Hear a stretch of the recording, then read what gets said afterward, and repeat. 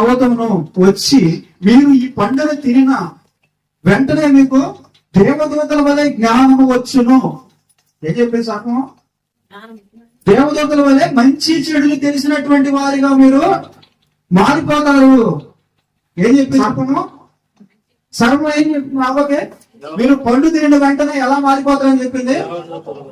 దేవదూతల వలె మంచి చెడులు జ్ఞానము తెలుసుకునేటటువంటి ఆ తత్వం మీకు వచ్చేస్తుంది తిన్న వెంటనే. మరి దేవుడు ఏం చెప్పాడు? మీరు తోటలో ఉండేటటువంటి అన్ని రకాలైనటువంటి పండ్లను తినవచ్చును గాని ఈ యొక్క పండు మాత్రం మీరు తినకూడదు. ఒకవేళ కనుక మీరు తిన్నట్లయితే ఏం జరుగుతుందంట? 17 వచనం చూడండి, 2వ అధ్యాయం.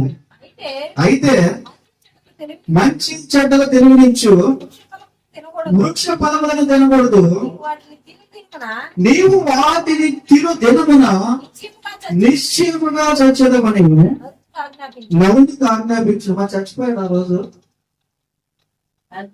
నా వైపు చూడండి, దేవుడు ఏం చెప్పాడు ఆదాముకి అవగే? మీరు ఆ పండు తింటే ఆ దినమునే చచ్చిపోతారు, లేకపోతే 70 సంవత్సరాల తర్వాత చచ్చిపోతారని చెప్పాడు. ఏం జగదీశం ఏం చెప్పాడు? నిశ్చయముగా ఏ దినం చచ్చిపోతారు? తినిన దినానే చచ్చిపోతారు. మరి ఆ తినిన దినాన్ని ఆదాము చనిపోయారా? మరి దేవుడు అబద్ధాలు చెప్పాడు? దేవుడు అబద్ధాలు చెప్తాడా? దేవుడు అబద్ధాలు చెప్పాడు కదా. పండు తిన్నప్పుడే దేవుడి మాట ప్రకారం వాళ్ళు చనిపోయినారు, అవునా కదా? ఆ దినములే అన్నాడు, అది పనిగా మళ్ళీ చాలా క్లియర్ గా రాస్తుంది అక్కడ. ఆ దినములే మీరు చచ్చేదరు. మరి సర్పం ఏం చెప్తుంది? మీరు చావనే చావరు. ఏం చెప్తుంది సర్పం? మీరు చావనే చావరు. మీరు దేవదూతల వల్ల జ్ఞానంలో పొంది దేవుడితో సమానముగా ఎప్పుడు దీనికి ఉండే ఒకే ఒక కోరిక ఏంటంటే, ఎవరికి?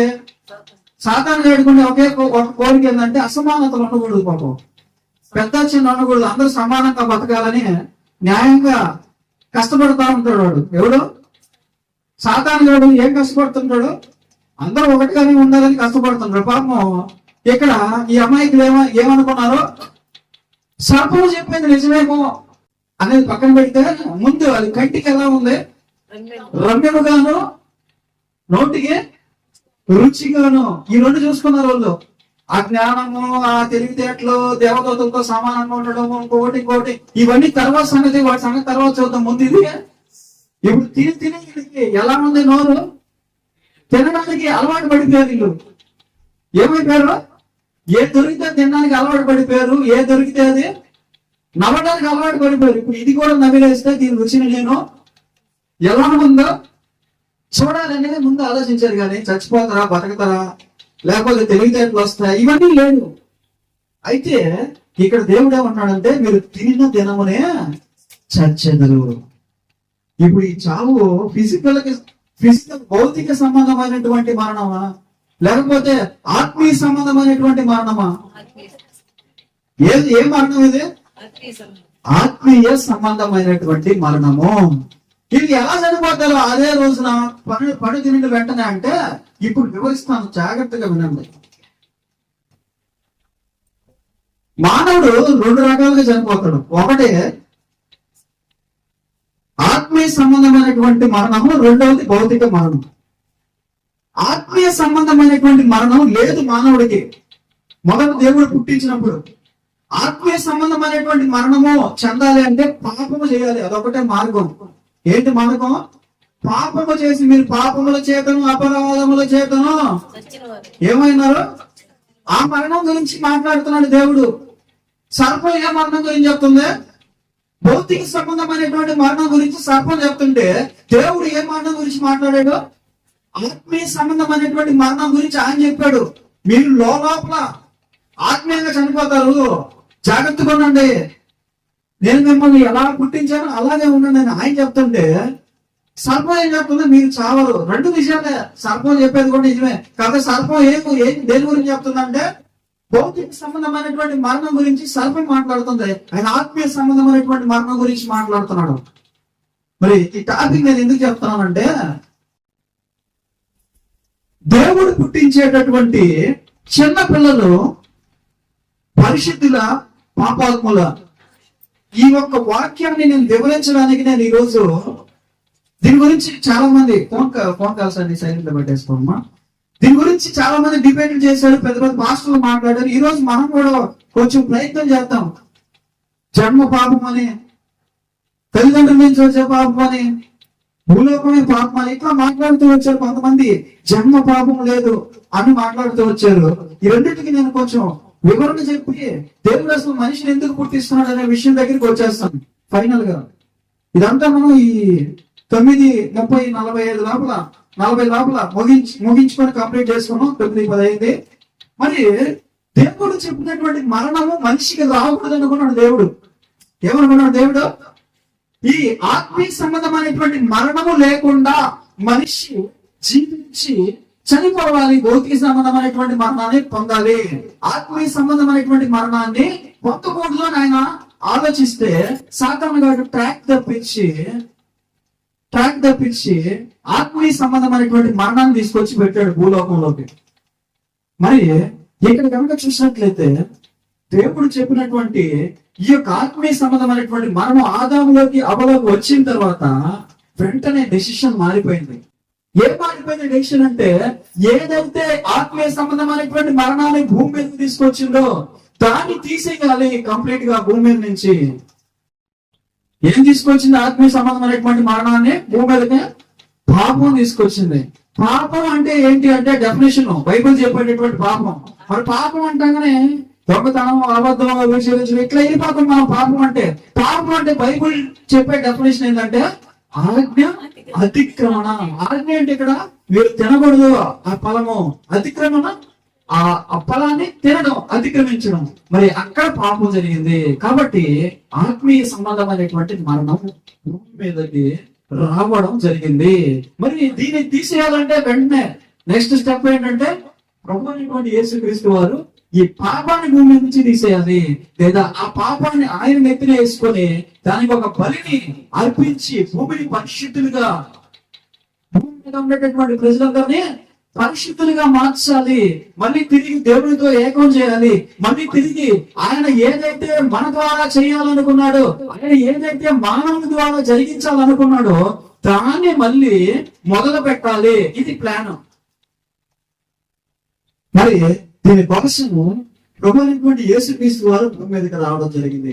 దీనికోసం ప్రభు అయినటువంటి యేసుక్రీస్తు వారి ద్వారా ఇంకా కొంతమంది భూమి మీదకి రావడం జరిగింది. ఒకసారి యోహాను సువార్త 1వ అధ్యాయం కనుక ఓపెన్ చేసి కనుక చూసినట్లయితే మీకు 18-19 వచనాలు కనుక చూసినట్లయితే చిన్న విషయం అక్కడ రాసి పెట్టుకోవడం ఒకసారి చదువుతారండి.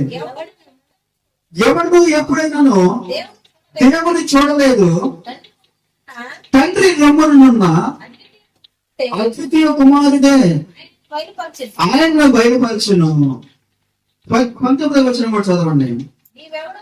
నీవెవడమని అడుగుటకు యూదులు యెరూషలేము నుండి యాజకులను లేవీయులను యోహాను వద్దకు పంపినప్పుడు అతడు ఇచ్చిన సాక్ష్యం ఇదే. అతడు ఎరుగు అనగా ఒప్పుకొనెను, క్రీస్తును కానని ఒప్పుకొనెను కాగా వారు మరి నీవెవడవు, నీవు ఏలియావా అని అడగగా అతడు కానెను.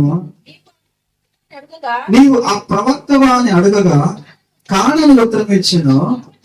కాబట్టి వారు నీవెవరు, మాకు పంపిన వారికి మేము ఉత్తరం ఇవ్వవలెను కనుక నిన్ను గూర్చి నీవేమి చెప్పుకొనుచున్నావని అతన్ని అడిగిరి.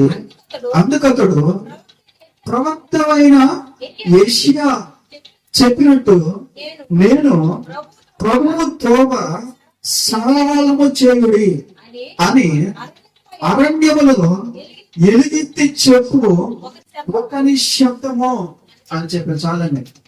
ఇందులో ఒక ప్రశ్న వేశారండి యోహాను గారికి. ఏంటంటే నువ్వు ఎవరివి అని ప్రశ్న వేశారు.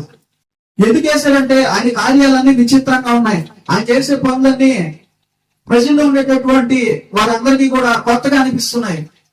ఏదో ఒక ప్రవక్తలాగా మాట్లాడుతున్నాడు, ఏదో జరగబోయేటటువంటి విషయాల గురించి మాట్లాడుతున్నాడు, ఎక్కడో జరిగిపోయినటువంటి విషయాల గురించి మళ్ళీ జ్ఞాపకం చేస్తున్నట్టుగా ఉన్నాయని మాటలన్నీ అక్కడ ఉన్నటువంటి ప్రజలంతా కూడా చూసినప్పుడు ఆశ్చర్యానికి గురవుతున్నారు. పైపెచ్చి బాప్టిజం అనేటటువంటి ఒక కొత్త కార్యక్రమాన్ని మొదలు పెట్టాడు యూదుల్లో. ఇప్పటి వరకు లేనటువంటి కొత్త ఆచారాన్ని తీసుకొచ్చాడు. మరి వెంటనే యూదులు కొంతమందిని పంపించి అక్కడ ఆ యోహాను గారి దగ్గరికి వచ్చి వాళ్ళందరూ అడుగుతున్నారు, ఎవరు నువ్వు? మళ్ళీ పుట్టేవా? నువ్వు క్రీస్తా? కాదు. నువ్వు ఏలియానా? కాదు. నువ్వు మోషేనా? కాదు. నువ్వు ప్రవక్తవా? కాదు. నేను ఎవరినంటే యెషయా గారు చెప్పినటువంటి అరణ్యములో ఎలుగెత్తి చెప్పు ఒక శబ్దమును. ఈ ప్రశ్న చాలా వెరైటీగా ఉంది, అవునా కదా? నువ్వు ఎవరు అంటే ఏం చెప్పాలి? ఆయన పలానా ఆయన కొడుకుని, పలానా ఆయన కూతుర్ని, పలానా ఆయన బంధువుని, పలానా దేశంలో పుట్టినటువంటి వ్యక్తిని చెప్పాలి. కానీ ఒకటేసారి ఎక్కడికి వెళ్ళిపోతాడో తెలుసా? దేవుని యొక్క నెరవేర్పులోకి వెళ్ళిపోతున్నాడు. ఒకేసారి పరలోకంలోకి వెళ్ళిపోయి ఆయన డీటెయిల్స్ చెప్తున్నాడు, ఆయన పుట్టుక గురించి చెప్తున్నాడు, ఆయన యొక్క పని గురించి చెప్తున్నాడు. ఒరిజినాలిటీ బయటకు వస్తుంది ఆయన నోట్ల నుంచి. ఏమొస్తుంది?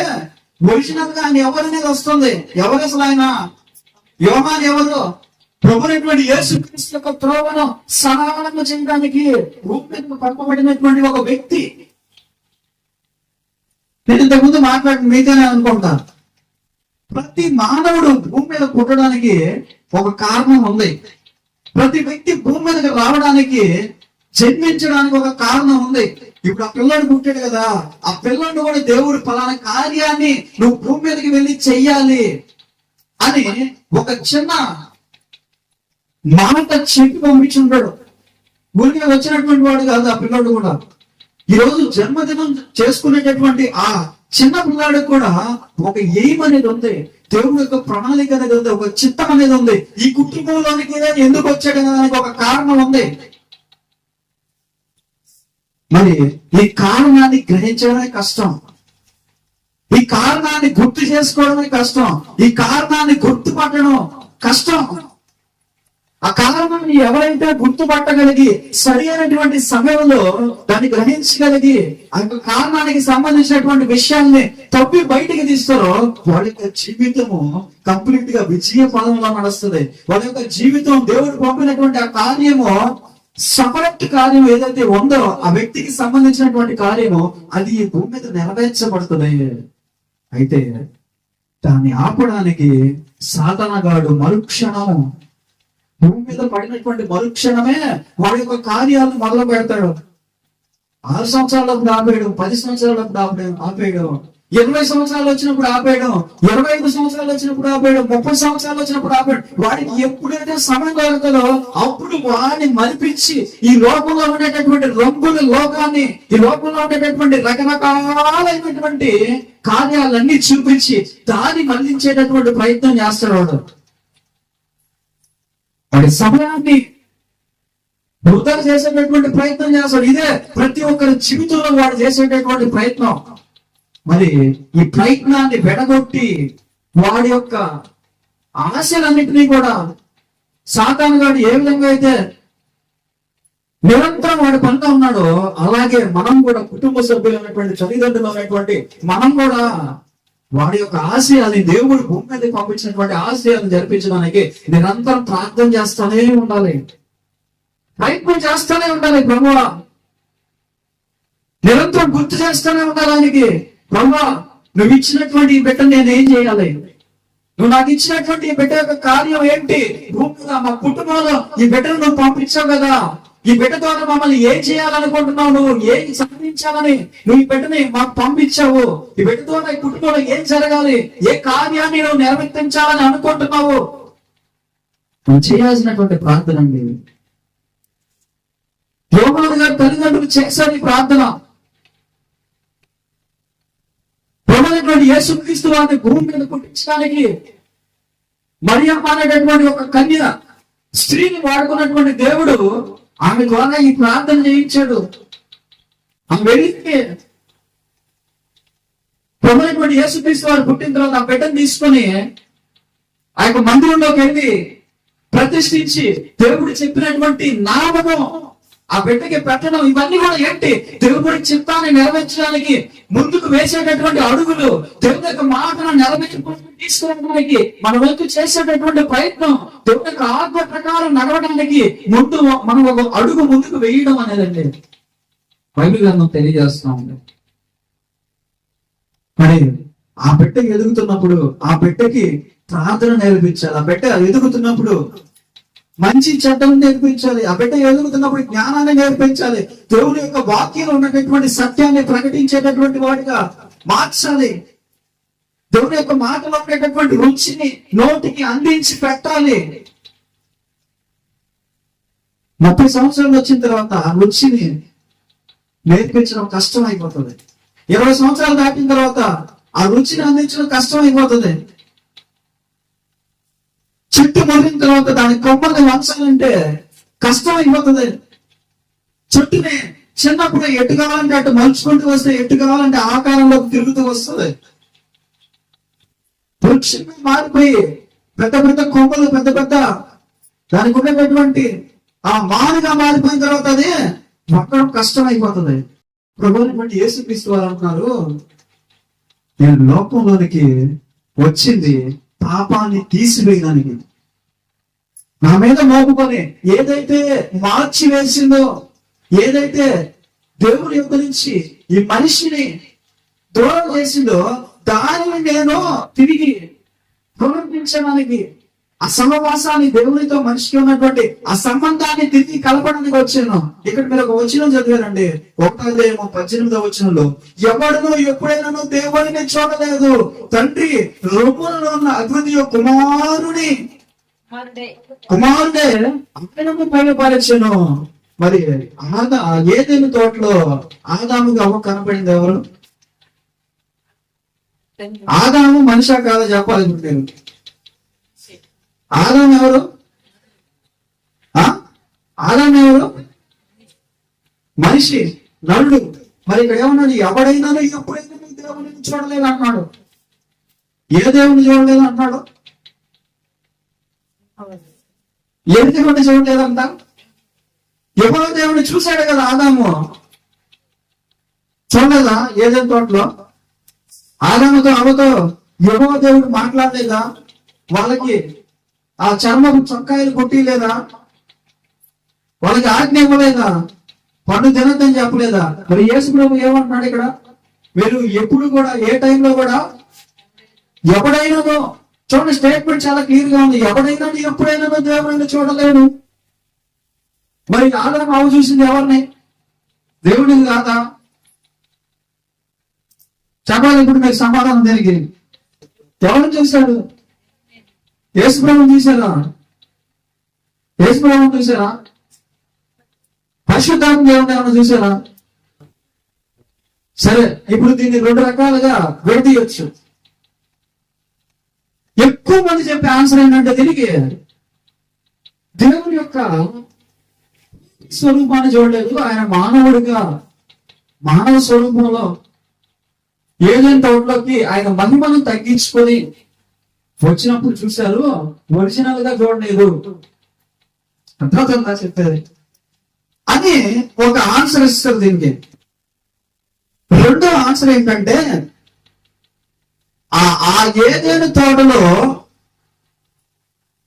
ఆదాముకు అవ్వకు కనపడినటువంటి ఒకే వ్యక్తి ఆయన తండ్రి అయినటువంటి దేవుడు కాదు అని రెండో ఆన్సర్ ఇస్తాడు. మరి చెప్తున్నా, మొదటి ఆన్సర్ ఏంటంటే, ఆదాముకి అవ్వకు కనబడింది ఎవరో? తండ్రి అయిన దేవుడే. అయితే ఆయన ఒక మహిమ చాలా తక్కువగా ఉంది, మనిషి చూడగలిగే అంత తక్కువగా ఉంది. ఆయన ఒక నర స్వరూపంలో వచ్చి మనిషితో మాట్లాడేవాడు అని మొదటి ఆన్సర్ ఇస్తారు. రెండవ ఆన్సర్ ఏంటంటే, ఈ వ్యక్తి ఎవరైతే ఆ ఏదైనా తోటలో ఆదాము అవ్వకి కనపడ్డారో ఆ వ్యక్తిలో 3 ఉన్నారంట. తండ్రి, కుమారుడు, పరిశుద్ధాత్మ దేవుడు 3 ఉన్నారంట ఆ వ్యక్తిలో. దీనికి ప్రూఫ్ ఏంటంటే, మనం అక్కడి నుంచి చదువు ఒకసారి ఆదికాండం 1వ అధ్యాయం మళ్ళీ ఓపెన్ చేయండి. దేవుడు మన స్వరూపం 26వ వచనం. అదే మన పోలిక చొప్పున నరులను చేయుదము. ఇక్కడ ఆగండి. ఎవరితో మాట్లాడుతున్నాడు ఈ మాట దేవుడు? మన స్వరూపమందు మన పోలిక చొప్పున నరులను చేయుదము. ఎవరితో మాట్లాడుతున్నాడు? ఎవరున్నారు అక్కడ? ఎవరు ఉంటేనే కదా మాట్లాడుతున్నా. మన స్వరూపం మన పోలిక చొప్పున అన్నాడంటే ఎవరో ఉండాలి అక్కడ. ఎవరున్నారు అక్కడ? కొద్దిసేపు దేవదూతలు ఉన్నారేమో అనుకుందాం. దేవదూతల స్వరూపం ఏంటి? దేవుడి స్వరూపం కాదు, దేవదూతల స్వరూపం. దేవదూతలు రకరకాలుగా చేయబడ్డారు. ఒక ఎద్దు మొహము, ఒక సింహపు మొహము, ఒక మనిషి మొహము, ఇవన్నీ ఒకే వ్యక్తిలో ఉండి కొంతమంది దేవదూతలు, రెక్కలు కలిగి కొంతమంది దేవదూతలు 6 చొప్పున 4 చొప్పున ఇలా రకరకాలైనటువంటి పోలికల్లో వాళ్ళు చేయబడ్డారు. కానీ దేవుడి స్వరూపంలో లేరు దేవదూతలు. మరి ఇక్కడ ఏమంటాడంటే ఆయన మన పోలిక చొప్పున మన స్వరూపమందు మనిషిని సృజించడం అంటున్నాడంటే ఇంకెవరో ఉన్నారు అక్కడ. అయితే ఇంకెవరో ఉంటే ఎవరున్నారంటే మనకి ఎంత ఎతికినా దొరికే ఆన్సర్ ఏంటంటే యేసు ప్రభు, పరిశుద్ధాత్మ దేవుడు. దీనికి ప్రూఫ్ ఏంటి? వాళ్ళే ఉన్నారని ప్రూఫ్ ఏంటి అంటే యోహాను సువార్త 1వ అధ్యాయంకి వచ్చేయండి. మళ్ళీ యోహాను సువార్త 1వ అధ్యాయంలో ఒక వచనం ఉంటది. 1వ అధ్యాయము 3వ వచనం. కలిగి ఉన్న దేవుడు ఆయన లేకుండా కలగలేదు. చాలమ్మా. కలిగి ఉన్న దేవుడు ఆయన లేకుండా కలగలేదు అంటే ఏది చెయ్యాలన్నా కూడా ఎవరున్నారు అక్కడ? ఎవరున్నాలే? ఏదైనా తయారు చేయాలంటే ఏముండాలి అక్కడ? యేసు ప్రభు ఉండాలంటే అక్కడ. 1వ వచనం నుంచి చదివితే ఇంకా మీకు చాలా క్లియర్ గా ఉంటుంది. 1వ వచనం నుంచి చదవండి. ఆదియందు వాక్యం ఉండెను, వాక్యము దేవుని యొక్క ఉండెను, వాక్యము దేవుడై ఉండెను. ఆయన ఆదియందు దేవుని యొక్క ఉండెను, సమస్తమును ఆత్మగా కలిగిన దేవుడు ఆయన లేకుండా కలగలేదు. ఇప్పుడు క్లారిటీ వచ్చి ఉండదు మీకు. ఇప్పుడు క్లారిటీ వచ్చి ఉంటుంది. ఆది యొక్క ఒక వాక్యం ఉంది, ఆ వాక్యం దేవుని యొక్క ఉండింది, ఆ వాక్యమే దేవుడై ఉంది. సమస్తం కూడా ఏది కూడా ఆ వాక్యము పక్కన లేకుండా తయారు చేయబడలేదు. ఇంక్లూడింగ్ ఆదాము, అవ్వ, ఈ ఇద్దరితో కలిపి కూడా వీళ్ళిద్దరిని కూడా తయారు చేయబడినటువంటి వాళ్ళు ఉన్నటువంటి వాళ్ళు కాదు వీళ్ళు. దేవుని చేతి ద్వారా, దేవుని జ్ఞానము ద్వారా, దేవుని యొక్క శక్తి ద్వారా, దేవుని యొక్క ప్రేమ ద్వారా తయారు చేయబడినటువంటి వాళ్ళు ఆదాము మరియు అవ్వ. ఏదైనా కూడా యేసు ప్రభు పక్కన ఉన్నప్పుడే తయారు చేశారు. యేసు ప్రభు హస్తం కూడా ఈయన తయారు చేసేటప్పుడు ఉంది. ఆయన ఒక ప్రధాన శిల్పం చదువుకున్నాం మనం ఇంతకు ముందు. గుర్తుందా మీకు? సామెత గ్రంథం 6:26 అనుకుంటా, 8:26, 6:26 ఉంది. ఆయన పర్వతములను సృష్టించినప్పుడు నేనున్నాను, భూమి యొక్క పునాదులు వేసినప్పుడు నేనున్నాను, జలములను సృష్టించినప్పుడు నేనున్నాను, ఇంకా ఆకాశమును సృష్టించినప్పుడు, పరలోకంలో ఉన్నటువంటి వాటిని సృష్టించినప్పుడు నేనున్నాను. దానికి సరిపోయినటువంటి వచనం ఏంటంటే సమస్తమును కూడా ఆయన మూలముగా కలిగిను. ఎవరి మూలంగా కలిగింది? ప్లానింగ్ ఒకరిది, పని ఒకరిది. ప్లానింగ్ ఒకరిది, జ్ఞానం ఒకరిది, చేతి పని ఒకరిది. మరి ఇక్కడ ఏమన్నాడంటే ప్రభువైనటువంటి యేసుక్రీస్తు వారు చివరిగా మిమ్మల్ని తయారు చేసినటువంటి వ్యక్తిని నేను, మిమ్మల్ని సృష్టించినటువంటి వ్యక్తిని నేను. మరి కనపడేదేమో ఒక వ్యక్తి కనపడుతున్నాడు. లోపల ఎంతమంది ఉన్నారంటే ముగ్గురు ఉన్నారు అక్కడ. మళ్ళీ రండి ఆదికాండం 1వ అధ్యాయం 2వ వచనానికి. 1వ అధ్యాయం 2వ వచనానికి రండి. సింపుల్ గా ఈ రోజు మనం కంప్లీట్ చేసుకుందాం ఇంకో 10-15 నిమిషాల్లో.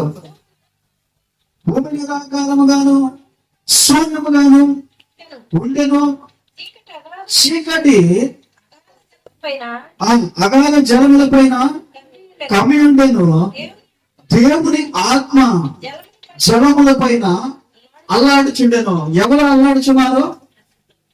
అల్లాడుచుండడం అంటే బాధపడుతుండడం అని కాదు ఇక్కడ మీనింగ్.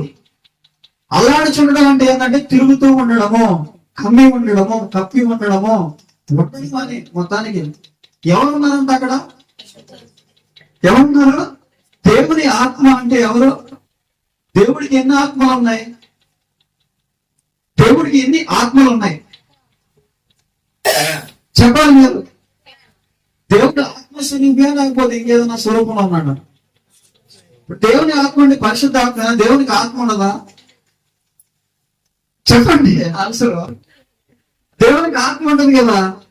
పరిశుద్ధ ఆత్మ ఒక వ్యక్తి, ఒక శక్తి కాదు. ఇది ఆల్రెడీ మన క్రిస్టియన్స్ అండ్ పాస్టర్ గారు ఇంతకు ముందు చెప్పారు అనుకుంటా. మళ్ళీ దీని గురించి నేను డిస్కస్ చేయను. ఒక వ్యక్తి, ఆయన ఇండివిజువల్ క్యారెక్టర్స్ ఉంటాయి. పరిశుద్ధాత్మ దేవునికి ఒక హృదయం ఉంటది, ఒక మనసు ఉంటది.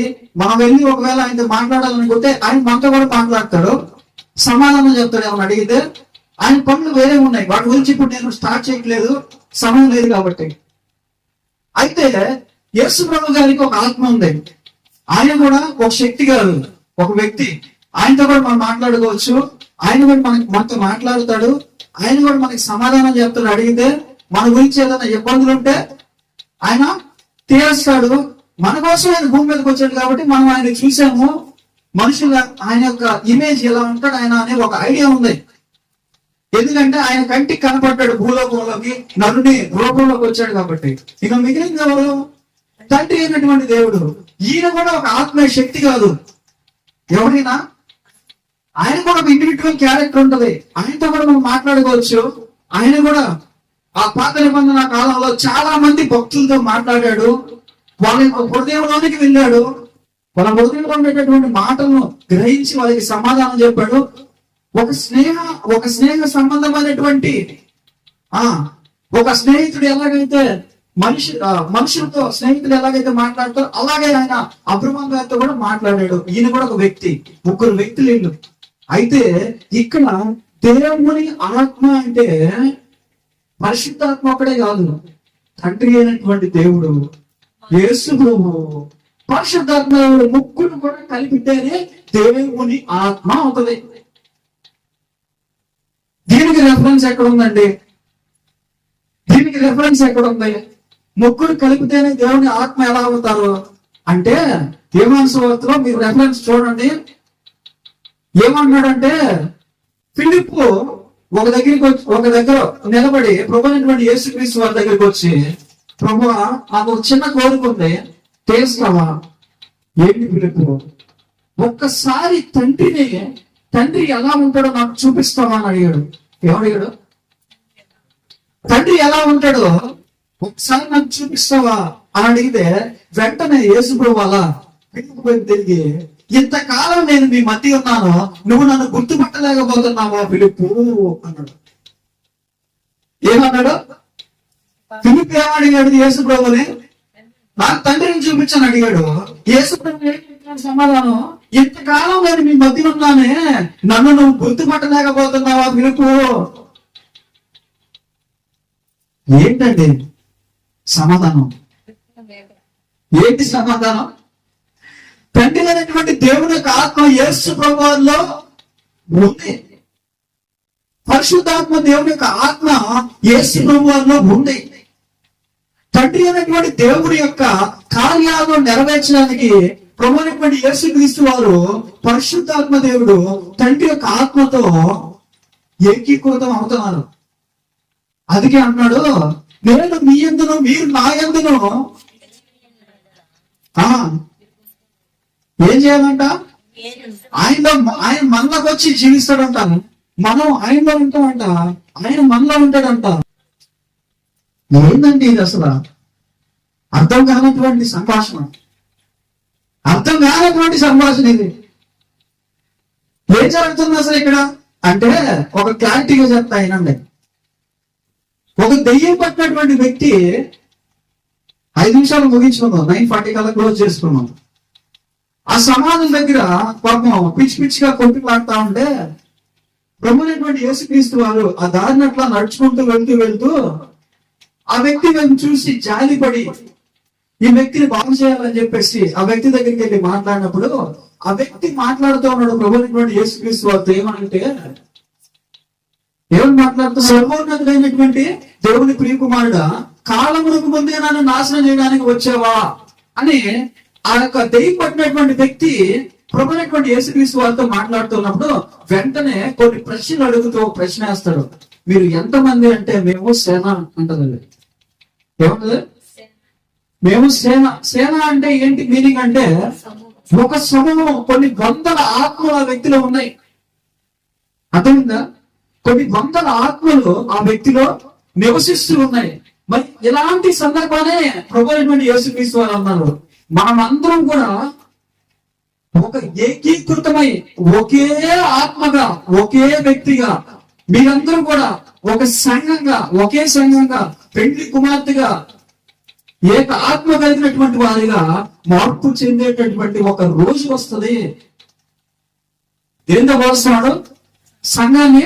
సంఘం అంటే ఎంతమంది ఆత్మలు? కోట్ల ఆత్మలు. కోట్ల ఆత్మల్ని పెండ్లి కుమార్తె అనేటటువంటి పేరుతో పెండ్లి కుమార్తె అనేటటువంటి ఒక పదజాలం వాడుతూ మీరందరూ కూడా నాకు ఒకరిగానే కనపడుతున్నారు, ఒక పెండ్లి కుమార్తెగా కనపడుతున్నారు. నేను పెండ్లి కుమారుడిని, మీరు పెండ్లి కుమార్తె అన్నట్టుగా ఒక పోలిక మనకి ప్రకటన కనపడుతుంది. అంటే వీళ్ళందరూ కూడా ఈ సంఘం అంతా కూడా ఒక భయంకరమైనటువంటి శక్తివంతమైనటువంటి, అది వర్ణించలేనటువంటి శక్తి, ఒక పెద్ద భయంకరమైనటువంటి ఒక బలమైనటువంటి ఒక రూపంగా మారబోతున్నారు. వీళ్ళకి ఇండివిజువల్ క్యారెక్టర్స్ ఉండవంటే ఉంటాయి. ప్రతి ఒక్కరికి వాళ్ళకి ఇండివిజువల్ క్యారెక్టర్స్ ఉంటాయి. వీళ్ళంతా కలిసి పనిచేస్తారు. తండ్రి, పరిశుద్ధాత్మ దేవుడు, యేసు ప్రభువు, వీళ్ళు ముగ్గురు కలిసి ఎలాగైతే పనిచేస్తున్నారో అలాగే సంఘము ఎత్తబడిన తర్వాత ఆత్మలన్నీ కూడా ఏకీకృతమై ప్రభువైనటువంటి యేసుక్రీస్తు వారి కొరకు పనిచేస్తాయి అని బైబిల్ గ్రంథం తెలియజేస్తా ఉంది. దీనికోసం ఆయన మనల్ని నిర్మించుకున్నాడు. దీనికోసం ఆయన మనల్ని పరిశుద్ధపరచుకుంటున్నారు. దీనికోసం ఆయన మనల్ని అందరినీ కూడా ఆయన యొక్క క్యారెక్టర్స్ ఉండాలి, ఆయన యొక్క గుణ లక్షణాలు కనపడాలి, ఆయన యొక్క గుణ లక్షణాలు మనలో ప్రతిబింబించాలి, ఆయన స్వరూపంలోనికి మనం మారాలి అని ఆయన పరిజ్ఞానం ద్వారా తెలియజేశారు. కాబట్టి సమయం కాబట్టి నేను ముగింపులోకి వస్తున్నాను. ప్రభువైనటువంటి యేసుక్రీస్తు వారు మనిషిని సృష్టించాడు, మనిషిని కాపాడుకున్నాడు, మనిషి తిరిగి ఆయన వద్దకే వెళ్ళబోతున్నాడు. ఈ మూడు విషయాల్ని ప్రతి మనిషి కూడా నమ్మాలి, గ్రహించాలి. మన యొక్క జీవితాంతము కూడా మనతో తోడుగా ఉండబోయేటటువంటి వ్యక్తి ఆయనే. మన జీవితానికి పూర్వము, మన పర జీవితము, మరణించిన తర్వాత ఉండబోయేటటువంటి జీవితంలో కూడా మనకు తోడుగా ఉండబోయేటటువంటి వ్యక్తి ఆయనే అనేది బైబిల్ గ్రంథం సెలవిస్తా ఉంది. మరి చివరి టాపిక్ లోకి వస్తే, పుట్టినటువంటి బిడ్డ పరిశుద్ధుడా పాపాత్ముడు అనేటటువంటి టాపిక్ లో కనుక వస్తే, పుట్టినటువంటి బిడ్డలాగా ఉంటేనే మీరు పరలోక రాజ్యానికి, ఏమన్నాడు? మీరు అప్పుడే పుట్టిన బిడ్డ ఎలా అయితే ఉంటాడో అలా ఉంటే చాలు, మీరు పరలోక రాజ్యంలోనికి స్వీకరించబడతారు, పరలోక రాజ్యంలోనికి తీసుకురాబడతారు అన్నాడు. అంటే అప్పుడే పుట్టిన బిడ్డ పాపాత్ముడైతే ఆ మాట అంటాడు ఆయన? చెప్పండి. మనమందరం పైపించి ఎలాగ మారిపోవాలంటే అప్పుడు పుట్టినటువంటి బిడ్డలాగా మారిపోవాలంట. అంటే పాపాన్ని కడుక్కొని విడిచిపెట్టి మళ్ళీ ఆ బురదలో పడకుండా ప్రశాంతమైనటువంటి నిర్మలమైనటువంటి మనస్సును కలిగి, యథార్థమైనటువంటి మనస్సును కలిగి సత్యమును స్వీకరించేటటువంటి వారిగా మారి అప్పుడే పుట్టినటువంటి ఆ బిడ్డ ఎలా అయితే ఉన్నాడో మనమందరం కూడా అలాగే మారిపోతేనే పరలోక రాజ్యంలోనికి చేర్చబడి పరలోకానికి ఎత్తబడతాము అని ఆయన సెలవిస్తున్నాడు. కాబట్టి ఈ వాక్యం ద్వారా, బైబిల్ గ్రంథంలో నుంచి ఉన్నటువంటి వాక్య సందేశాల ద్వారా తెలియజేసేది ఏంటంటే, మనిషి పుట్టినప్పుడు పాపాత్ముడు కాదు, మనిషి పరిశుద్ధుడిగానే భూమి మీదకి తీసుకురాబడతాడు. అయితే మొదటి ఇక్కడ ఆ పుట్టినటువంటి బిడ్డకైతే గాని మనకైతే గాని ఎవరికైనా కూడా ఒక శాపం అనేది ఉండిపోయింది. ఏముండిపోయింది? దేవుని యొక్క శాపం అనేది ఉండిపోయింది. ఎందుకంటే ఆయన మాట వెనక మనిషి ఆ ఏదైనా తోటలో పాపాన్ని అంటే మీకు చెప్పాను కదా స్టార్టింగ్ లో, ఒక ఆత్మీయ సంబంధమైనటువంటి మరణాన్ని కొని తెచ్చుకున్నాడు కదా. ఈ మరణము ఆ బిడ్డని వెంటాడుతూ ఉంటుంది. ఎప్పుడు ఆ బిడ్డ మీదకి వస్తుందంటే జ్ఞానము తెలిసినప్పుడు. ఏ 10 సంవత్సరాలు, 12 సంవత్సరాలు, 15 సంవత్సరాలు, 18 సంవత్సరాలు వచ్చి ఈ యొక్క ప్రపంచాన్ని గుర్తించగలిగి ఈ ప్రపంచంలో జరిగేటటువంటి విషయాలన్నింటినీ కూడా గ్రహించగలిగేటటువంటి శక్తి ఆ బిడ్డకు వచ్చినప్పుడు, ఏదైతే దేవుడు ఒక శాపాన్ని విడిచిపెట్టాడో ఆ పొలంలో, ఆ శాపము ఈ యొక్క మనుషుల మీదకి వచ్చేటటువంటి ప్రమాదం ఉంది. అయితే ప్రతి ఒక్కరికి దేవుడు ఆ హెచ్చరిక అయితే చూపిస్తాడు. ఎలా చూపిస్తాడంటే, ఆ చిన్న పిల్లలు దర్శనాల్లో చనిపోయినట్టుగానే, లేదంటే ఆ పిల్లలు ఏదైనా ఒక నీటి గుంటలో పడిపోయినట్టుగానే, లేదా ఒక ప్రమాదవశాత్తు ఏదో జరిగినట్టుగానే, ఎట్లా ఒక చిన్న దర్శనం అయితే చూపిస్తాడు, ఒక హెచ్చరిక చేస్తాడు. నీ బిడ్డ మరణం అంటే ఆత్మీయ సంబంధమైనటువంటి మరణము వచ్చి ఆ యొక్క పరిస్థితి ఉంటే జాగ్రత్త కూడా అని చెప్పి చెప్తాడు. కాబట్టి మనం అందరం కూడా దేవుడు ఇచ్చేటటువంటి ఆ హెచ్చరికల్ని గ్రహించి చిన్నపిల్లల్ని ఎలాంటి మార్గంలో పెంచాలి, దేవుడి ఆ యొక్క హెచ్చరికలు చూపిస్తున్నప్పుడు నిజంగా మనము, నాకైతే ఇలా అనిపించింది చాలా సార్లు, ఇట్లా దర్శనాలు కూడా వచ్చాయి. ఏమి బిడ్డ చనిపోయినట్టుగా పలానా వ్యక్తి అంటే మన ఇంట్లో వాళ్ళు కాదు, బయట వ్యక్తులు చిన్నపిల్లలు చనిపోయినట్టుగా ఇలా కళలు వస్తున్నాయేంటి, నిజంగా వాళ్ళకి ఏమైనా ప్రమాదం వస్తుందేమో అని అట్లా టెన్షన్ పడి నేను ఒకసారి అయితే ఆ చర్చిలో కూడా చెప్పాను, ఇలా ఇలా దర్శనం వచ్చింది, కొంచెం జాగ్రత్తగా ఉండండి, ఏమన్నా బయట వదిలేస్తారేమో ఒంటరిగా, బయట ఏదైనా ప్రమాదం జరుగుతుందేమో, వాహనాలు వెళ్తా ఉంటాయేమో, జాగ్రత్త పడండి అని చెప్పి చెప్తే, అది భౌతిక సంబంధం అనేటువంటి మరణానికి సూచన కాదని మళ్ళీ దేవుడు నాకు తెలియజేశాడు. ఏంటగా ఇదంటే, మనిషి పుట్టినప్పుడు పాపాత్ముడు కాదు, పరిశుద్ధంగానే పుడతాడు. అయితే ఒకనొక స్టేజ్ వచ్చినప్పుడు పాపంలో పడే ప్రమాదం ఉంటది. ఆ ప్రమాదాన్ని నేను మీకు చూపిస్తున్నాను, మీరు జాగ్రత్త పడండి. ఇది సారాంశం. ఇది ఒక ఎక్స్పీరియన్స్. దేవునిలో జీవించేటప్పుడు ఒక్కొక్కసారి దేవుడు మనకి చూపించేటటువంటి హెచ్చరికలు, వీటిని అర్థం చేసుకునేటటువంటి జ్ఞానాన్ని మనం కలిగి ఉండాలి. కాబట్టి దేవుడి వాక్యాన్ని దీవించి ఆశీర్వదించిన కాక మనం ఏం మాట్లాడుకున్నాం అంటే, ప్రభువైనటువంటి యేసుక్రీస్తు వారు మన కోసం ఆయన పడినటువంటి కష్టాలు, శ్రమలు, ఆయనే మనల్ని చేతితో తయారు చేసుకున్నాడు, మనల్ని సృష్టించుకున్నాడు, మనల్ని పాపం నుంచి రక్షించాడు, మన పాపం నుంచి తప్పించాడు, తిరిగి ఆయన రాజ్యానికి చేర్చబోతున్నాడు. మనమందరం కూడా ఒక కారణం చేత భూమి మీదకి వచ్చాము, ఆ కారణాన్ని గ్రహించి దాన్ని నిర్వర్తించాలని చెప్పేసి మనం ఈరోజు మాట్లాడుకోవడం జరిగింది. దేవుడి వాక్యాన్ని దీవించి ఆశీర్వదించిన గాక.